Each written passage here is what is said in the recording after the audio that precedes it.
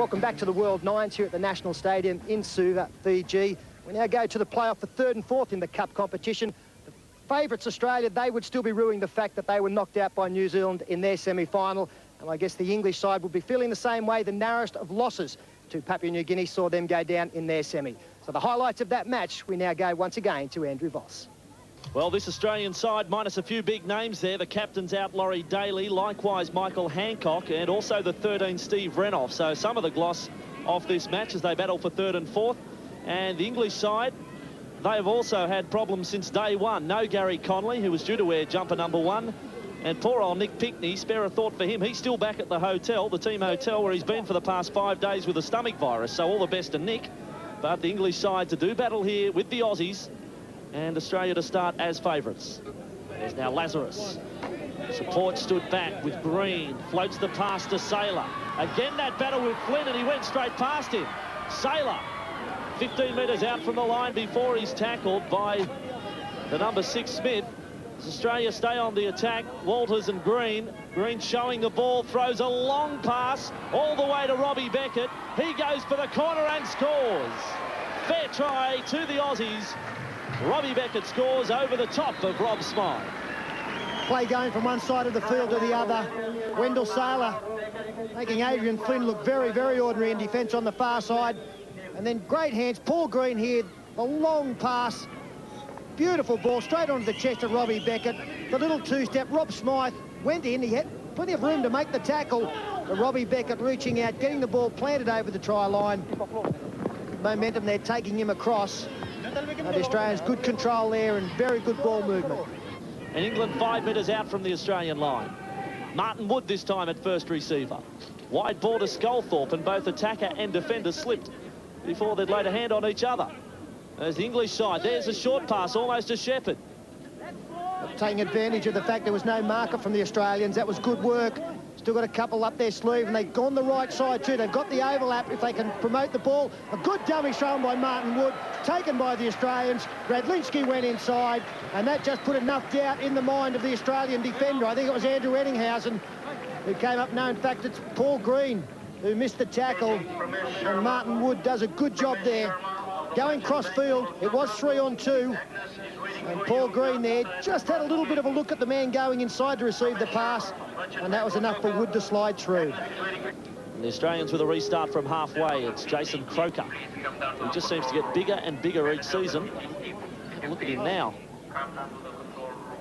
He's ready to make a move into the front row. There's the pass under the arm from Stuart, and what about the pickup from Sculthorpe? Poor Sculthorpe has picked the ball up. Fingertip control on the bounce after Ricky Stuart tried something a little fancy, and England have their second try, a double strike in the space of 60 seconds. We've mentioned on quite a few occasions through this tournament the youth in this English squad, and this guy is just about on the top of the tree along with Andy Farrell. Paul Sculthorpe, a 17-year-old Warrington junior, showing some beautiful skills there. Conditions, they might have dried out, but they're still not easy ones. Half-time here, the playoff for third and fourth in the Cup. This is the World Nines. And England lead Australia by 10 points to 4. 35 metres out from the English line. Over the top came Cantilion. They come to the right with Stuart. He dummies first time. Now that's come off Radlinski's hand. No restarting of the tackle count though. Furner. Now for Hetherington. Gee, he's had some possession. Jason Hetherington, he's all over the field. He backs up every single break as now Mullins throws the pass wide to Beckett. Beckett for the corner. Looking for support. He'll take the tackle. No, he loses the ball, and England come up with it. And the referee's going to rule a knock on both ways. Now forward again for Cantilion. Cantilion almost down. Showed some pace. Threw a pass forward about 4 metres. And referee calls it back on that 40-metre line. They've had plenty of possession, the Australians, in the last couple of minutes. And the important thing for the Englishmen is if the Australians do cross for the 4-pointer, they must force them to score out wide. That's where they're heading now. Brett Mullins puts the foot down, throws the ball back inside. Good cover defence. Ettingshausen had 3 defenders there, Sterlo. All 3 of them across to almost carry him over the sideline, but it's still on for the Australians, and they get a chance to bring it closer to the posts. The pass from dummy half could have been better. So too the pass of Brett Mullins. Now Croker across field. Infield came Hetherington. Well, he is just doing everything, this bloke. Jason Hetherington, he's filling all roles on the field. Last tackle Still on the attack with Kevin Walters. A step off the left, he lost it. When he dropped it, he looked to kick. So we'll have a changeover. The referee wasn't falling for it. It was quick thinking from Walters. He had dropped the ball, but before it hit the deck, he tried to get boot to it. How quickly the time clock here, or the card system they use, goes from 4 to 2. Wendell Sailor, the tournament's leading try scorer. Well, you want some individual brilliance. You got it right now with Wendell Sailor. 80-metre run. He's been a real crowd favourite, Wendell. Will he try a dive at the finish? No, a conventional football.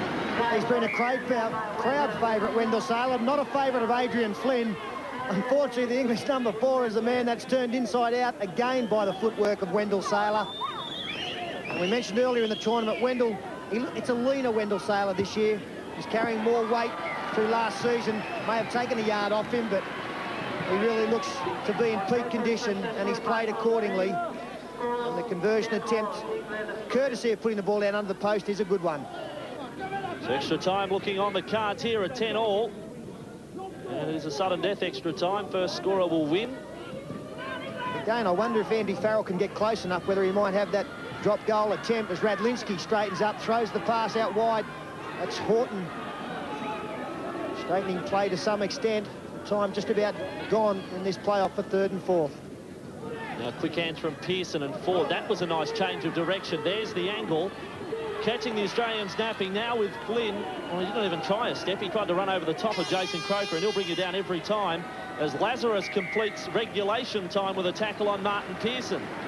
So 18 minutes gone, 10-all the score, and Lazo's got the look on his face. What, we got to go a little bit longer? Well, you do. There's Hetherington with Furner. One off the ruck, back inside for Hetherington. Then Stuart, quick switch of play to Lazarus. A hard pass to Ettingshausen. He comes back infield, finds top gear quickly, and Martyn Wood makes a tackle that twists the body out of shape of Andrew Ettingshausen. Now back to Stuart. Stuart away to Croker. Left posted out on that left wing is Robbie Beckett. Not getting a look in. He'll go to dummy half, though. And that's excellent defence. 5th tackle now, the ball back to Stuart. Wendell Sailor wanted him to kick wide. That would have been a knockback from David Furner. He throws the dummy left and right. Got support. Robbie Beckett will score. No! Takes the corner post as far as I'm concerned, although the linesman's gone into the in-goal area and says a try. I think it was Adrian Flynn who got across to make what would have been his best tackle of the match, and he's awarded the try to Robbie Beckett. Maybe the linesman wants a break, but it did appear as if Beckett's legs had taken the corner post. Let's watch it again. Only the replay could tell us if he's 100% right. And David Furner got the one-hander away to a flying Robbie Beckett. In fact, it's Tony Smyth who came up with a valiant effort. Oh, his feet have taken the corner post. That's a very poor decision. No doubt in the world that Beckett's feet hits the corner post before planting the ball. Well, from that angle, it probably looked a little bit better for the Australians, but the decision has been awarded. Yeah, it's a tough one, isn't it? That's why video replays make it, in some cases, even tougher. So a try to Robbie Beckett. Australia win by 4 points and claim 3rd position here at the World Nines. Australia 14, England 10. And more from the World Nines. We'll take a break now from Fiji and be back with the Cup final.